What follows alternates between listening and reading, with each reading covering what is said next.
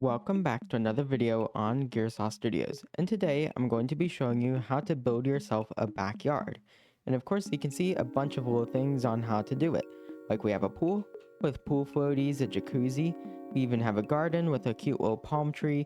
All these little things come together to make a really cool backyard. So without further ado, let's investigate how we'd go about this.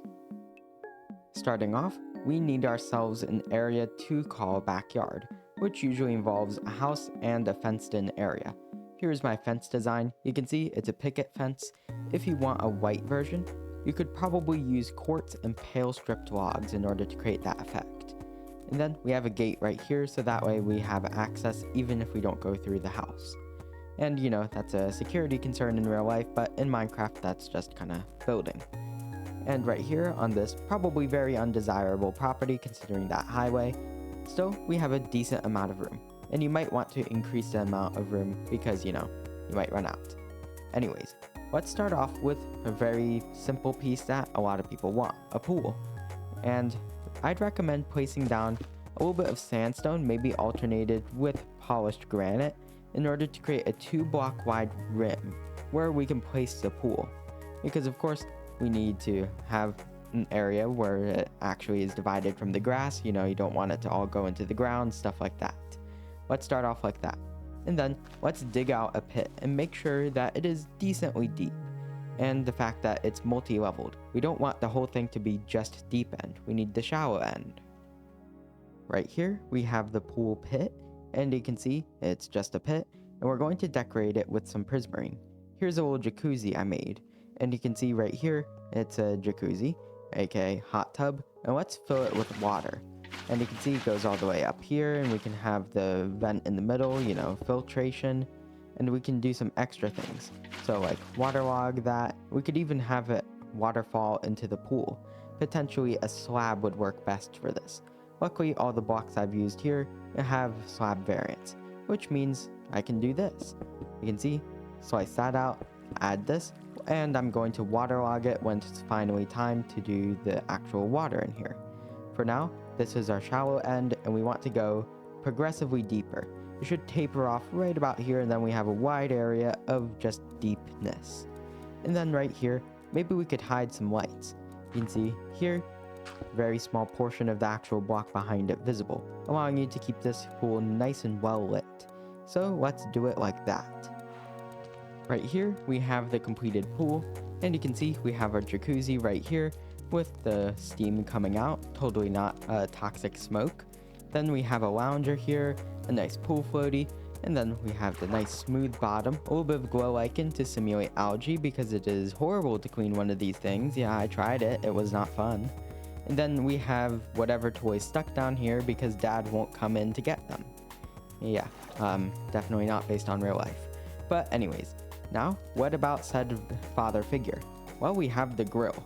Very basic, but you can see here, we have some looms with some campfires under them. If you move them down an extra block, then they'll produce less smoke. And you can see basic trapdoors here, and then one generic table. One of those white Rubbermaid tables that has issues with everything. So hooray, we have a little area here. But, you know, this is still a pretty barren garden, so what do we do? Well, of course, as I just spoiled, we kind of need a garden, but that comes later. For now, let's try having a little area for everyone else to hang out. Let's make some loungers. You see this significantly worse house over here compared to this nice suburban? Yeah, we want little things like this around. You can see this little overhead, a table, things like that. Let's incorporate it. And you can see here, if your house has a nice flat area like this, no windows, do that here. You can see nothing's going to get ruined by it. We can have a nice trapdoor ceiling up here, or we could do slabs or whatnot. Hold it up with some walls or fences, and what do you know? We'll have something cool. Right here, we have the porch. You can see it's covered, integrated with the rest of the house. We even have ourselves some 4 chairs, and then we have a table, drink cooler, things like that. Notice the snow is double layered. Makes it look like the real stuff, straight from Rubbermaid's factories. And then I moved the grill over so that way we'd have more room for our garden. And you can see, it's nothing terribly interesting. The grill is just here now, and the edge of the garden is the same material as the fence, as if it's homemade. Because fun fact, one time I tried a garden like that, and we tried growing tomatoes, completely overtaken by weeds, and then we had like a 10-foot tall papaya tree. Yeah, that was an experience. But anyways, if you want to add a little bit more festivity to your stuff, you could try some palm trees. And yeah, this is like the 4th time I've covered how to make palm trees on the channel. But anyways, what you start doing is place down a few logs, surround it with stairs, slabs, etc. And then you move around a block. We have stairs here, go up, and we make 4 points poking outward with different kinds of leaves. Azalea works best, you could try jungle, things like that. And we can use this in order to make a really cool backyard.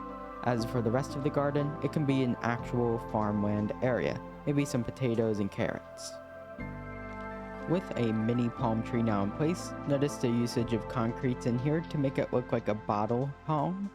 Yeah, there's different species, let's incorporate that.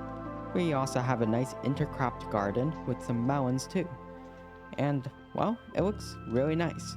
Although this part looks a bit barren, still, we have something going on. And even though some of y'all might think, oh look, we're done. No, we actually can do a lot of things. Over here, because we have a pool, let's have a pool pump. It can just be a random assortment of concretes, pressure plates, and buttons, along with a chest for various things like pool floaties and such. So hooray.